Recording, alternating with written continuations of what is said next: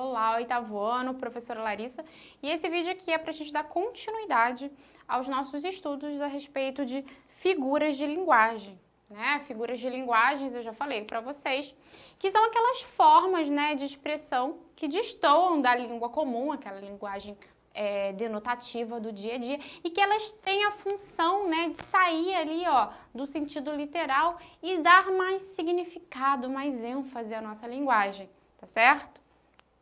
Sempre de forma proposital e lembrando que as figuras de linguagem elas são mais comuns em textos literários, tá? Porque muitas das vezes elas não estão de acordo com a gramática normativa. Nós vamos ver isso aí ao longo dos nossos estudos. E aí não adianta você falar que assim, cometei um erro, de acordo com a gramática normativa, e falar que você está usando uma figura de linguagem. Tem que ficar atento. Vamos lá conhecer as demais figuras de palavras. Hoje a gente vai ficar com as figuras de palavra ou figuras de semântica. E Larissa, o que é mesmo as figuras de palavra ou figuras de semântica? Já esqueci. As figuras de palavra ou de semântica são aquelas que estão relacionadas ao sentido das palavras, tá?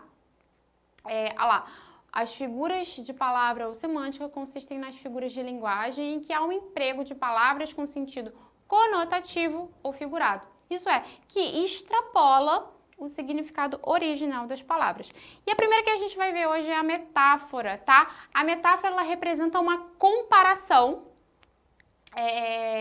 implícita, vou falar assim para vocês. O que seria uma comparação implícita? É quando eu realizo realmente uma comparação, mas eu não utilizo o conectivo. A vida é uma nuvem que voa. Olha aí, eu estou comparando a vida a uma nuvem, A nuvem é como uma nuvem que voa.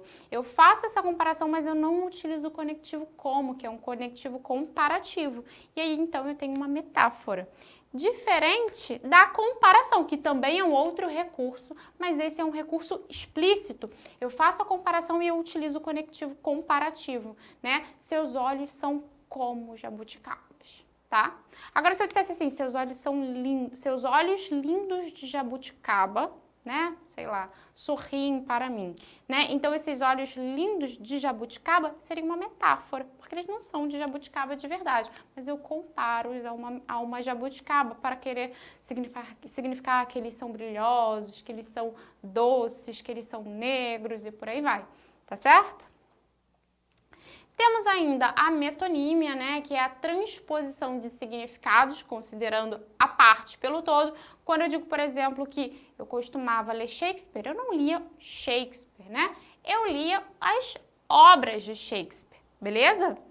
Da mesma forma, a catacrese, que representa o emprego impróprio de uma palavra por não existir outra específica. Por exemplo, o braço do sofá. Alguém sabe? Qual seria um outro nome para o braço do sofá? Às vezes, pelo uso excessivo, a gente acaba, ou às vezes nem tem uma palavra, a manga da camisa, Embarcou há pouco no avião, Embarcar é colocar-se a bordo de um barco, mas como a gente não tem um termo específico aí para o avião, a gente utiliza o embarcar, tá certo? Por exemplo, vou trazer um outro exemplo para vocês aqui, rapidinho. O pé da montanha, Talvez um geólogo, até um geógrafo, saiba me dizer o nome do pé da montanha, mas eu exatamente não sei. Aí eu chamo de pé da montanha. A maioria das pessoas também chamam de pé da montanha. Temos a sinestesia, que acontece pela associação de sensações por órgãos de sentidos diferentes, por exemplo, com aqueles olhos frios, disse que não gostava mais da namorada. Então, a frieza aí é associada ao tato e não à visão, beleza? A perífrase, temos a perífrase também chamada de antonomásia, que é a substituição de uma ou mais palavras por outra que identifique. Por exemplo, o rugido do rei das selvas é ouvido a uma distância de 8 quilômetros, E aí, quando eu falo rei das selvas, vocês já sabem que eu estou falando de quem? Do leão, O rei leão. Então, o rugido aí do leão é ouvido a uma distância de 8 quilômetros. E é isso, galera. Fico por aqui e no próximo vídeo vamos dar continuidade aí aos nossos estudos de figuras de linguagem, beleza? Um beijo, até a próxima.